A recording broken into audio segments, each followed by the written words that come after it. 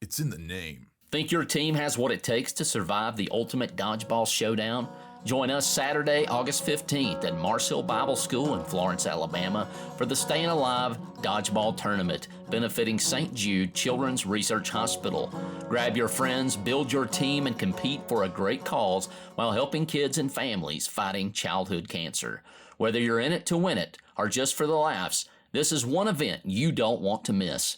Team spots are filling fast, so register today at benandtravis.com. That's benandtravis.com, where you can stay alive, dodge, duck, dip, dive, and dodge. Welcome into the Helping Healing Humor with Ben and Travis podcast. I'm Travis Creasy, the pulpit minister at Westgate Church of Christ in Southeast Alabama, Dothan, Alabama. And Ben Hayes is over there, all-pro counselor, Mars Hill Bible School, Highland Park Church of Christ there in Muscle Shoals, the northwest corner of Alabama. We're just sitting here on Memorial Day, enjoying the day off while also remembering all those who have made the ultimate sacrifice to protect our ability to jump on a podcast and say almost, anything really, and have debates on all kinds of things and discussions on all kinds of things and put crazy, good, bad ideas out there for everyone to enjoy or debate themselves. That's right. Man, it's going good. Just very thankful for all the things that the guys, men and women, have done for our nation through the years. I'm just glad to be able to live here. I always feel a little bit, I don't know if the right word is shame, but just the fact that there's been so many people who've given their lives, so many people who have been through a lot, dating all the way back to, of course, the revolution and what they gave to be able to give us a country like this. And I'm sad too, because I think while I appreciate it very much and I try to show my appreciation for it, I think in general, the world sometimes, or the nation sometimes now, is struggling with some of the, I guess, giving them their dues and appreciating them maybe the way that they should. So there's a little shame on my part, because I've not really given much to make this whole country, what it is, other than my taxes, I guess. And so I get to enjoy a lot of things that others have paid for.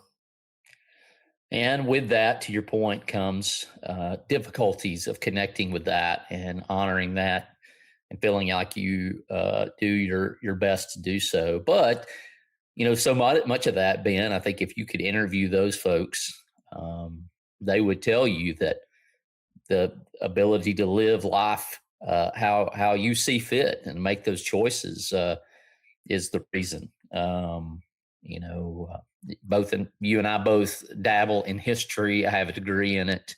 That doesn't really mean much of anything, but most of history, the freedom to say or to do, the liberty to do, whether it's preach the gospel as we both do, or to live, send your kids to the school you want to send them to.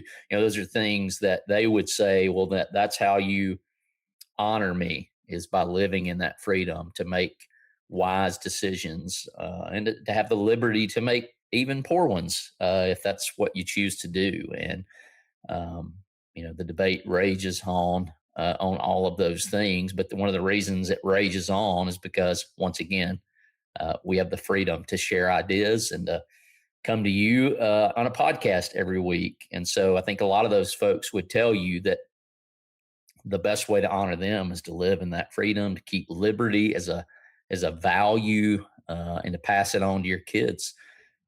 We certainly have family members. We have friends who have served. We have those who did not return from their mission. And just to think about the commitment.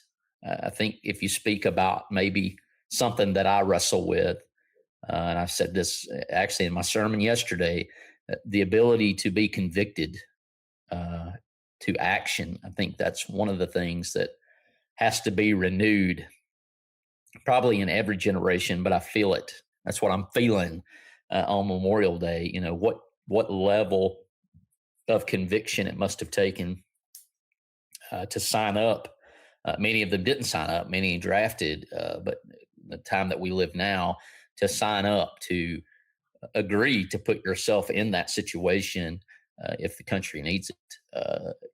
I don't know, not to sound like the old man shaking his fist at the new generations. And I'm thinking they probably have that conviction. It's just the different ways in which to unlock it. Yeah. I read a Patrick Henry book here in the last few months, and he was a very eloquent speaker, and was able to convict people and push people and encourage people with his words to make decisions that I would, as somebody who speaks to a crowd almost every week, it can sometimes be daunting to go, okay, what can I say this week that's going to stir people up Right. to good works? So when I think about, I've been to Washington, D.C. I'm not sure. Have you been to Washington, D.C. before? I have. I think 2 times. Okay. I was sitting here thinking, what are some of the places, whether it's Washington, D.C., or it could be places in Alabama, or, wherever you've been around, you've been a lot of places. What are some things or some places that to you are maybe the most striking, patriotic, or, that really illustrate and show that patriotism or that sacrifice, or just that feeling of, man, when you leave there, you go, I really appreciate what those people have done. Because Washington, D.C. is full of monuments and different things. And I could probably talk for the next 30 minutes about, the way some of those are for me. But what are some things for you that you look at and go, man, I can't walk away from that without being a little emotional when I see it? I think one that we would both say is Arlington National Cemetery. You've got at least JFK. That's where he's there. But just the history behind that was actually, Robert E. Lee's home. And in some shape, form, or fashion, whether it's revenge or to get back at him, whatever it was, now the nation's dead. The heroes, those who paid that last extra measure of courage, are buried there. And I mean, I've been there probably twice, like I said, and I've seen a fourth of the grounds, and of course the tomb of the unknown soldier. Have you seen the changing of the guard or whatever happened? Yes. Yeah, it's just crazy. I mean, it's incredible, all of the symbolism that's in it, the amount of steps, all the different things that they do. But I think one of the things, and Arlington is incredible. One of the places I think that has always been striking to me, and maybe because at least one of the times I've been, it was at night, and it was just, you felt it. And it was one a lot of people don't talk about, was the Korean monument. Yeah. To the Korean conflict and Korean War. It is, it's just, you can see the look of despair and, how cold it was, how difficult it was, just the kind of conditions they were in.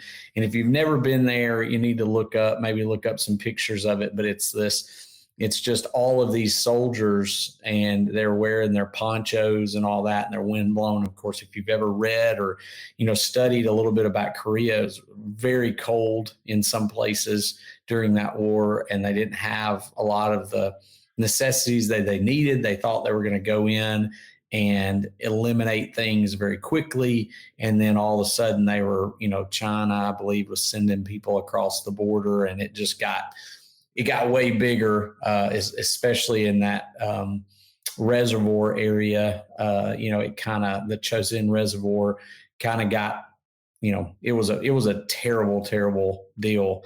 But just that monument does such a great job of, giving you that feeling of, man, I'm sitting here marching with these guys. And I've just always, that one's always been striking to me. There's one close to you, hometown. We've probably been to it 100 times if we combined our trips. But Shiloh, there, that I think maybe a lot of people don't know about, there in Savannah, Tennessee area, and a battle there. And once again, another place where you see all the headstones, and of course that being the Civil War, which once again brings up conviction. Do we have the capacity to be convicted over a belief, whatever that belief looks like? And certainly we do, and there's certainly through history people convicted, and we oftentimes talk about the wrong side of history, whatever that looks like. And we also understand that oftentimes the ones who win are the ones who write the history books, to determine who's on the wrong or right side of history. But once again, I just keep going back to being struck by the conviction enough to lay one's life down, is something that is strong. And I'm sure from a mental health aspect, we could think about that all day long. What does it take to do something like that? And in a few days, it'll be D-Day that we'll be talking about. And man, that's one that any recreation of the landing on that beach is just emotional. And I can't imagine the people, you think about going to the movies and watching that, people who experienced it, who were, it was so close to their experience, they couldn't finish the movie. And I, to some degree, I get that, because I wasn't there, and it's still emotional to watch, and you're just blown away by the willingness to go and try to save people in that situation, literally save people from a group of folks who wants to exterminate them. That just seems to almost boggle the mind. I think they knew that. They took pictures. There's the quotes about, we're going to take pictures because no one will believe this without them. That it was just so crazy. So speaking of that, another question is, what movie do you really like? It's like, if it comes on and military, true story. I mean, I love true story movies. I know sometimes they're elaborated on a little bit and that sort of thing. But when it comes to like war movies, patriotic movies, what would be one of your top ones? Interesting enough, I think one has kind of taken, and going back to Shiloh, but the Lincoln movie with Daniel Day-Lewis. There's not a whole lot of fighting in the opening scene. There is, like, right out the gate. It's not, it's not Saving Private Ryan level of craziness, but right out of the gate, there's a one. But it's just interesting to kind of see the politics behind all of that. And it kind of reveals that it's based on one of my favorite books of Lincoln, where it's Team of Rivals, which is a great book, The Political Genius of Abraham Lincoln. But that's one that's kind of climbed the ladder. We Were Soldiers, I can't even get through. I mean, I like that one. That one I've watched, and I saw it in the movie theater, and unfortunately we got there late enough to where I just sat right on the front row, which would not suggest. But that one's hard. Good. It's good, but it's one of those. It's like I can't see it too many times. Yeah. Well, Mel Gibson has had some really good ones, just as far as that sort of thing is concerned. And I know, I have to throw out Patriot. As I was asking the question, I used the word patriotic, and I was like, Patriot has to be up there. And I know it's not really based on a true story. Like, the whole storyline is not true necessarily, but it's accurate representation of what they went through, and the fact that there were people who, for whatever reason, decided this is why we need this to be our own land, and we're tired of being put down and hurt by other people, and we're going to protect our people and our land and our families. And that one's just hard not to vote on. But there's so many good ones. I know language in several of them. I found out something last night. I was going to do the Murph today, did do the Murph today, but I found out that, you had to rent the story of Lone Survivor. But I went to YouTube and it was free, but it was free with ads. So I sat and watched it last night just as a prep for I just happened upon it. So if you're wanting to watch it, and this was interesting, it edited it. So the language was very minimal in it. And that movie has, if I remember the first time, it was a lot. Yeah. So there was a lot of things that were turned into things like freak or whatever. And there was still some language, but there was not any F words in it. And I'm pretty sure there were in the original. So, if you're a person that likes to watch the movies, but, unfortunately we don't get TV versions anymore, apparently YouTube is kind of a choice. And it was just the app, not the YouTube TV. So that one's good. Hacksaw Ridge is another one I don't think I've seen that one. So. It's good. It's good. I mean, it's one of those where he's a conscientious objector, but still serves his country. And it was it's a pretty cool story. In fact, they say they left out some of the things he did because if they had put everything in there that he actually did in that battle, no one would have believed it. Yeah. Like, that's how much he did. Like, they actually dulled down his amount of lives he saved and things he did and feats that he accomplished so that people would believe it. Yeah. So that's a pretty good statement. So that is quite the opposite usually of Hollywood's approach to stories. So that's pretty impressive. And I think that might've been was that a Mel Gibson movie too? I'm unsure. Not seen it. Not seen it. So that I'll have to add that one in it, but I'm thinking he might've directed it. Of things to witness. Memorial Day, I'm sure you've got people on your timeline. I've got a guy that I graduated high school with who was a very big encouragement to me. We played football together. He was a big encouragement to me in my leukemia battle. I think he sent me something about every day that I was in the hospital, is a Marine. And he makes a post at some point leading into the weekend where he remembers the names of all those guys that served with him and unfortunately didn't come back home or did come back home and suffered greatly. And so I always read that. There are not a lot of Facebook posts that have that little phrase, see more or read more, that I click on that. But that's one that every year I make sure to read because he's near and dear to my heart and just does a great job. First of all, it can't be easy for him to do it.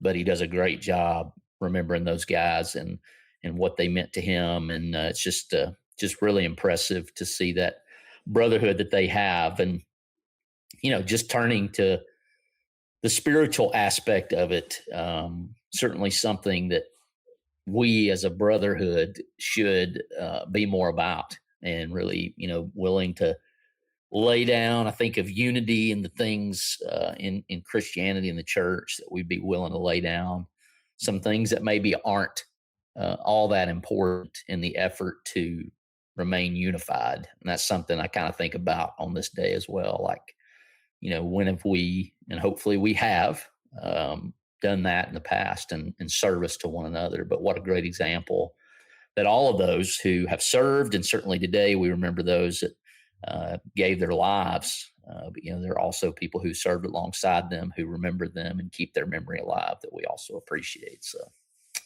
what are some ways that you celebrate Memorial Day, Travis? What do you usually do? Today I have spent a lot of time in the Word of God, getting ready. I mentioned to you sermon series and stuff coming up, and it's not lost on me to think of. I'm sure that we all, both of us and many listening, know of missionaries who live in countries where they don't have the freedom of speech to be able to say and to teach and preach the truth of God. And they have to do it secretly or, in a hidden message or use code words or whatever. And, that's just hit me really hard over the last few months. Like, we really need to stand up, protect that that right, because it is one that a lot of people have sacrificed for, whether they've served in the military or just stood up and protested in this country, and it costs them mightily. So Yeah, and even when we don't agree with the words that some people are saying, I am appreciative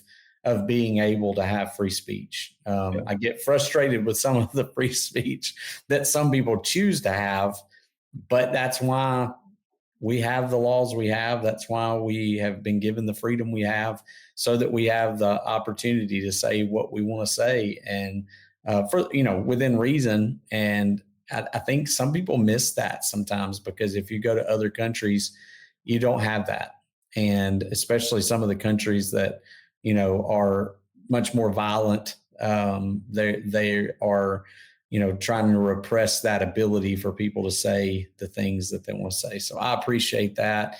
I love getting to spend some time with family. We're going to probably have some chicken stew or chili or maybe some other stuff. I've already had Boggles my wife's mind. She just does not understand a hot chicken stew. hot food in May, and even worse in September. Where's Will Mahan? Will Mahan was always a chicken stew person. So I've had barbecue this morning. We had a big group. The place where we work out, I've never done the Murph. I've always thought it would be a cool idea. So we went and did that this morning, and I had watched Lone Survivor last night just to be able to, I guess, eliminate excuses in my brain when I needed them. Yes. This morning, when I started thinking about them this morning, I could go, suck it up, man. You can do this. So that was a really cool way to kind of honor Michael Murphy, Lieutenant Michael Murphy, who died trying to save his brothers, and did save one, Marcus Luttrell. So if you get a chance, maybe read that story and check it out. But that's what we did today.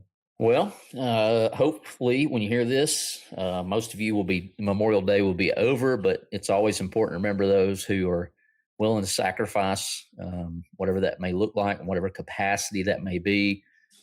Hang on to the end of this episode. We got another one of Ben's mental health toolkits on the end of this episode. So I know people have been enjoying those, whether it's on the end of this podcast or the video version that comes out later. But Ben, I appreciate you hopping on with me. Hope your muscles don't scream too much in the next 48 hours. They're better than they were a few hours ago, for sure. Sweet. Good deal. Have a good one. Big news from Heritage Christian University. Colin Ray is coming to the 2026 Heritage event. Join us Saturday, August 22nd at the beautiful Renaissance Shoals Conference Center for an unforgettable evening with one of country music's most recognizable voices. Sing along to classic hits like Love Me and That's My Story from the 10-time Male Vocalist of the Year nominee with 16 #1 hits. General admission tickets are just $75, and table sponsorships are available now. Don't miss this incredible night supporting Heritage Christian University. Get your tickets today at hcu.edu. That's hcu.edu. Here is your weekly Adventurers Toolkit, where we explore various toys, books, and techniques used by children's counselors that you can use at home to connect with your kids and help them navigate all those big emotions and daily struggles. Some of the things that I look at are games that you've heard of before, everyday games that you might have played since you were a kid, but they can be used in therapeutic ways. Other resources have been built for very specific therapeutic purposes, so I hope you enjoy. Today's toolkit item includes the game of chess. Some of you are probably very well aware of how to play chess. Some of you might have no idea. So there's a couple of different things that we can do with chess, a couple of different things that I talk about with it. One is it's just something kind of helpful for a teenager to do while you're talking. It kind of gets their mind off things. So you might get some good opportunity to chat with them.